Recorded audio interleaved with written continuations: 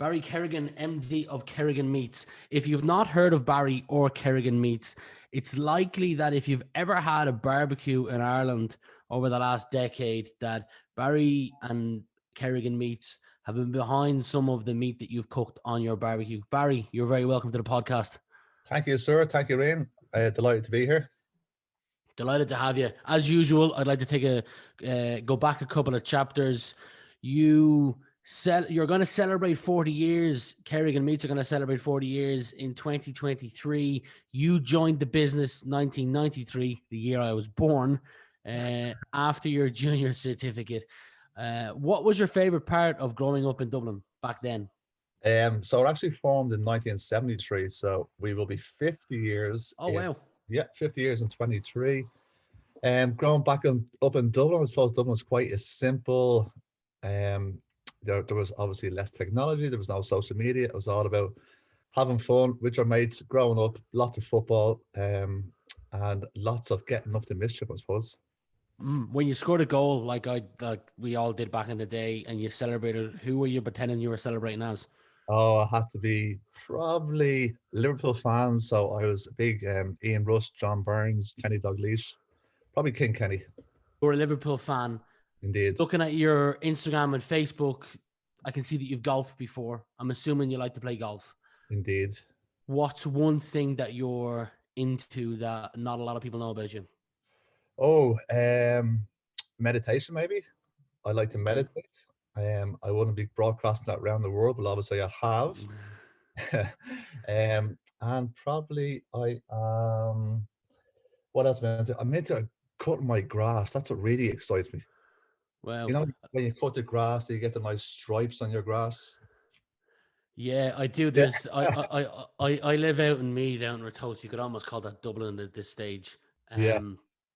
I get slagged because I have relatives up in Navan, and I get slagged saying I have a North Side Dublin accent, even though I live in Meath. But if you go to the pub here on All Ireland Day, it's 99 Dublin jerseys, one Meath, and the Meath person would feel completely left out, even though you're in Meath. Yeah. I say that because on the walk to work every day, there's one particular house I walk by, and the grass is done almost like Croke Park, and I think he takes joy in people stopping and looking at the work that he's done to cut his grass.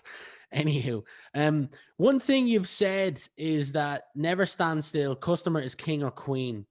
How do you interpret that? How do I interpret that? Customer is king and queen? I know maybe a cliche, but I suppose at Kerrigans, what we try to do is keep things really, really simple. We try and source the best meat Ireland has to offer. We are guaranteed Irish butchers, the only butchers in Dublin who is part of the guaranteed Irish, who trades under the guaranteed Irish flag. Mm-hmm. So, the king and queen is the people that pay the money in the till. So it's simply every day we go to work with a very simple ethos of sourcing the best quality meat, giving the best customer service.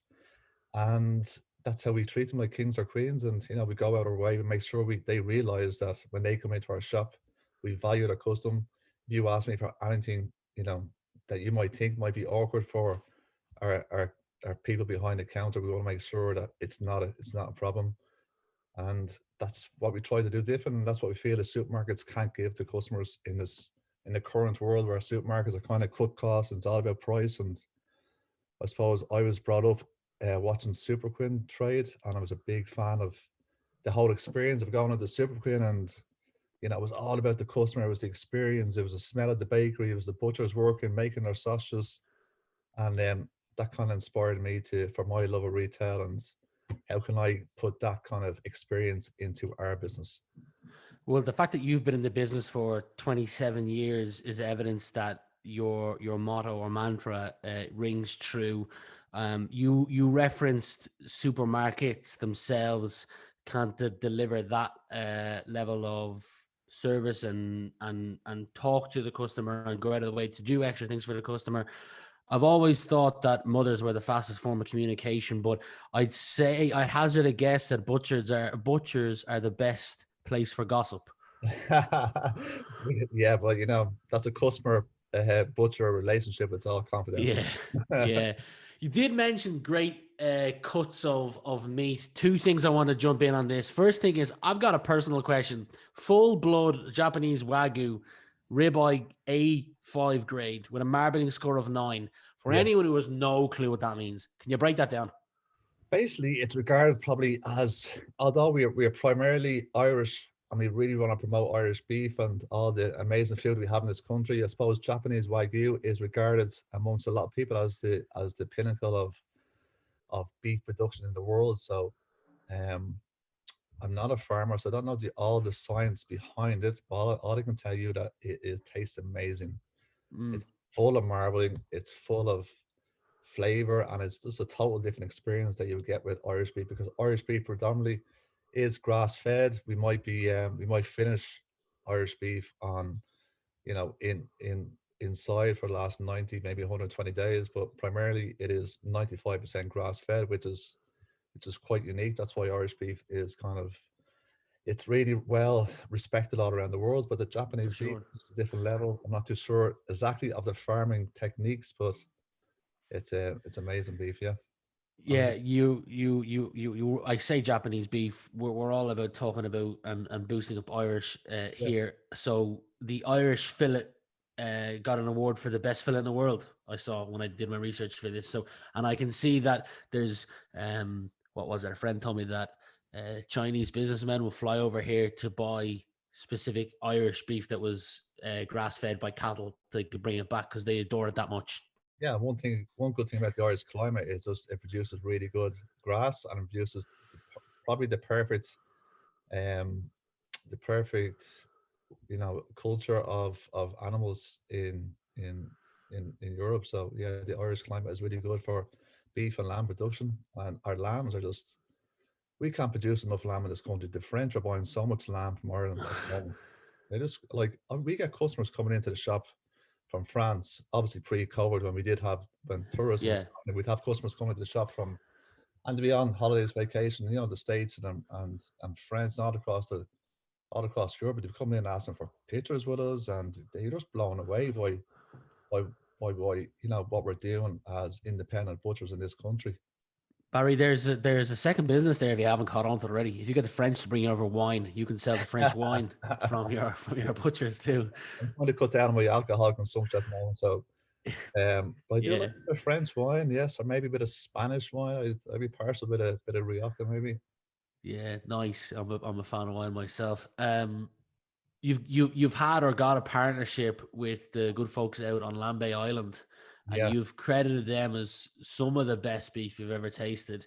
How did that partnership come about, and what's it like over there? I've wanted to go for about a year now, just because of the wallabies that are on the island. Yeah, the wallabies are insane. So apparently the story behind the wallabies is, I think around the 70s, Dublin Zoo had too many wallabies. They tried to find somewhere to offload a few wallabies, and they found Lambay Island, and the wallabies literally mated like rabbits. And oh my god, the amount of wallabies over there. But I think their plan before COVID, I was telling the Alex off the island, was they wanted to make it look kind of like, you could go over there for a day trip, whatever, and kind of go wildlife watching. Like, it's the amount of birds and all that kind of stuff that goes onto the island is incredible.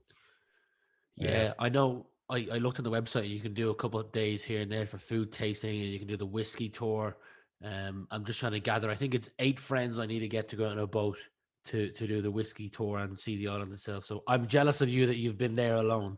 yes, I've been there. I got a beautiful day back in 2019, I think it was. And it was the most beautiful day. And on top of Lambay Island, you can see all around Dublin Bay. And that was amazing to watch the animals grazing. And then because it were so warm, they were going down to the sea to get a little drink out of the water. It was incredible to Oh, watch. epic. My girlfriend's parents live on the top of the Dublin Mountains near the Hellfire Club, so you get a good view of Lambay on a clear day, which just teases you even more. Look, one thing you've said is one mistake we made was going into the wholesale side of things to start supplying hotels and restaurants. I've never enjoyed that side of the business. Not sure if that was you or your brother that made that quote. Yeah, Want to understand some of the lessons that you've learned from having been in that side of the business. yeah, it's really, I suppose, wholesale or direct to other business. It's really a different business. Like, I'm a retailer. That's why I love and enjoy. But when you start dealing with, restaurants and chefs and hotels, etc., obviously you're working off. They want the best price, so you're working off less margin, and it's fairly cutthroat. You'd have other kind of meat suppliers looking to get into that restaurant or that kind of hotel, and it's it's all about price and it's just not enjoyable.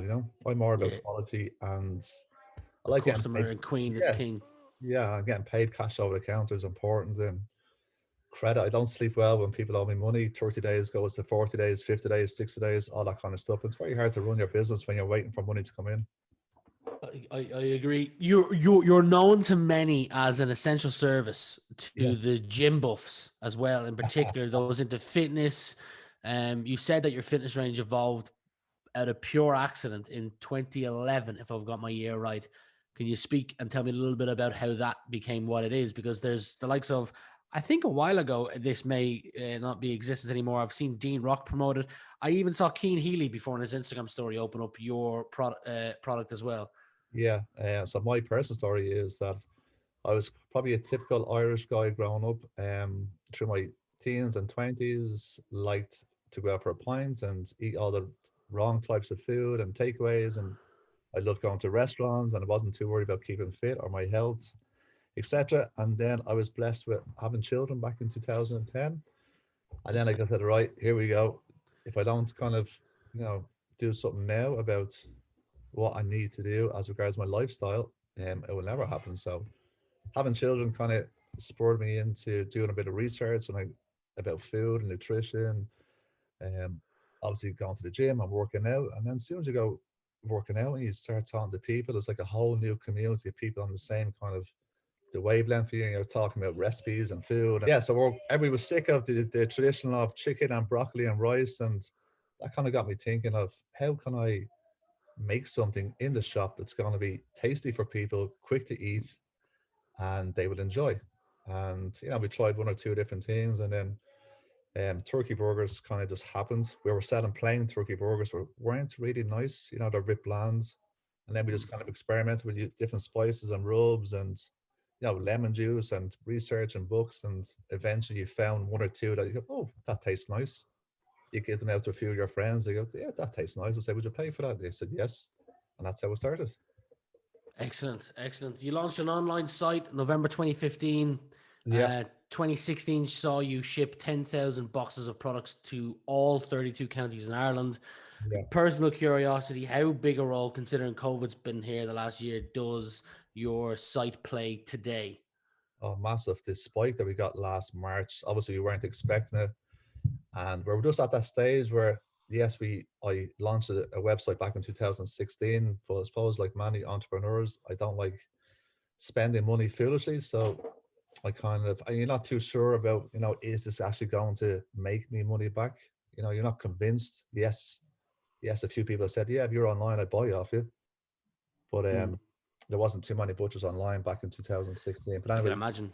we went with a cheap and cheerful website, which was built on WooCommerce and WordPress.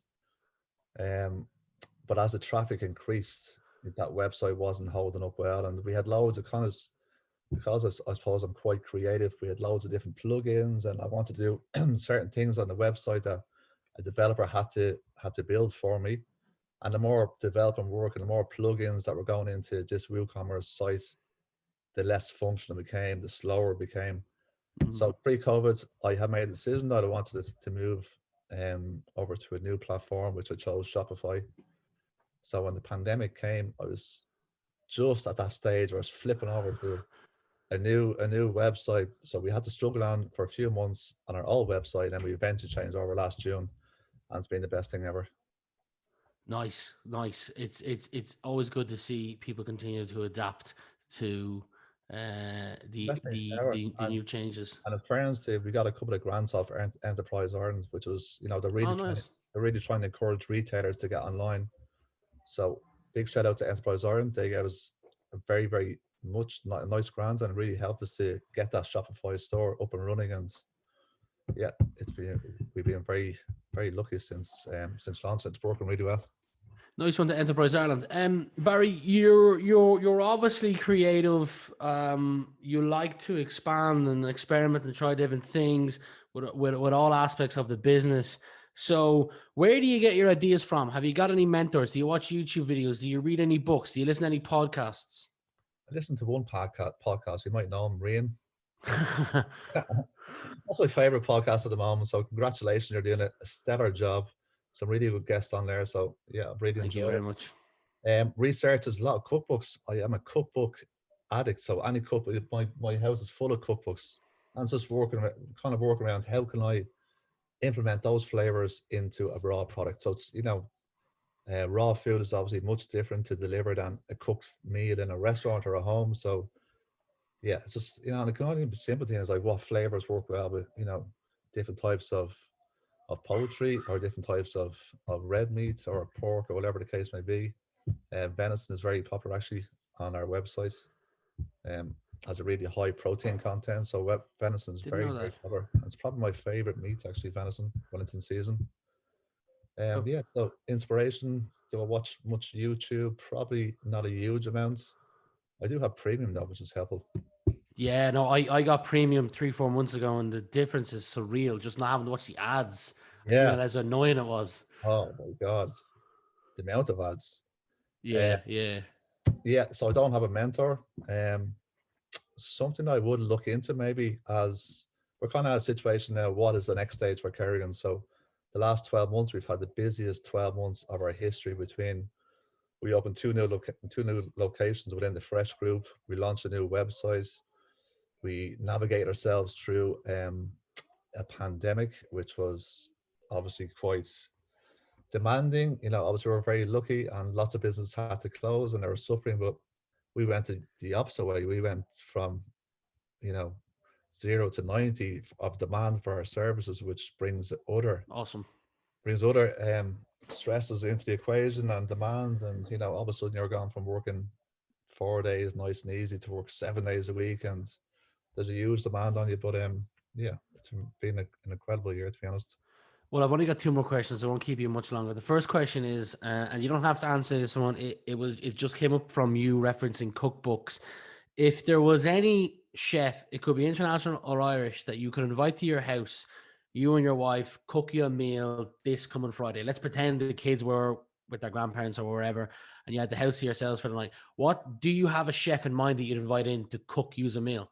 Yes. My favorite chef of all time is, and he's a local chef to me. His name is Oliver Dunn. He doesn't have any cookbooks, but he has been incredible to me. When I opened my business back in 2012 in Malahide, you're kind of looking for people in the area maybe that can give you Mm-hmm. a little dig out. And I approached Oliver and I said, Oliver, I'm looking for you to recommend me, hopefully, as you get to know me, to the beautiful people at Malahide. And he did, and I will never forget that. And he's an incredible chef. He's the youngest Michelin star chef in Ireland, and he's an incredible businessman. I think he has 6 or 7 restaurants at the moment. Wow. So, Hats off to Oliver. That's so incredible. I've enjoyed plenty of meals in his restaurant when it was a Michelin star restaurant and as this current offering. So yes, I would like Oliver to cook me an amazing meal. Can you organise I think you'd have a better shot at organizing that. The that? logistics of it, getting rid of your kids, bringing Oliver in, I'll leave that to you. But I do have one final question, and it's you've navigated an incredibly difficult sea because it was probably unprecedented demand over the last 12 months. What do the next 3 or 4 years look like for you with Kerrigan Meats, obviously celebrating 50 years in 2 years' time? Yeah, good question. And to be honest, I haven't even thought that far ahead. We are still in the pandemic and we're still trying to navigate our way through it. We're still Mhm. we're incredibly busy. So maybe later on this year, I will start to plan out the next couple of years. We have a partnership with the Fresh, the Good Food Group, and we've 2 locations at the moment. So there's an opportunity maybe to grow inside Fresh. But my focus at the moment is definitely growing on the website. I really, really enjoy kind of mixing my retail skills and my e-commerce kind of passion. And I think that's what business should be about. Business should be about having fun and doing things you enjoy. So there are 2 things I really enjoy is sourcing great products, retailing it, and selling online. Awesome, awesome. I'll let you go, but one final thing you mentioned, or I've seen Dean Rock come up on your page, your website a couple of times, and I know you have a partnership with him. I don't know if you've known this, and I don't know how often you chat to Dean Rock. I know roughly the area he's from, and only because I've seen photograph saying best of luck, Dean, when it comes to the final. There is an alpaca trekking farm, I'd say within 2 kilometers of where he lives. I'm just mentioning it randomly. You've got to go check it out if you're ever over where he is. You can hire an alpaca and walk and chill, and it's a great day out for the kids. And it only came to my head because you mentioned Dean, because he lives out back towards Ashburn Knoll kind of area, I think. Okay. And the alpaca checker farm is just, I've only discovered it recently, but it looks so cool. I'll put on my list of things to do after this 5K is increased anyway. But now Dean was living in Malahide with his girlfriend. I think he's back living in his parents at the moment. But okay, that's how I got to know Dean. He was a customer, and yeah, it's very natural. He's a very down to earth guy, and obviously a great footballer. So he was the perfect fit for Kerrigans, and he was only too happy to come on board and promote something that he enjoys eating. Excellent. Well, we'll leave it there. Thanks very much for your time today, and I wish you nothing but the best in the future. Rian, it was a pleasure, and keep up the podcast. Really enjoying it.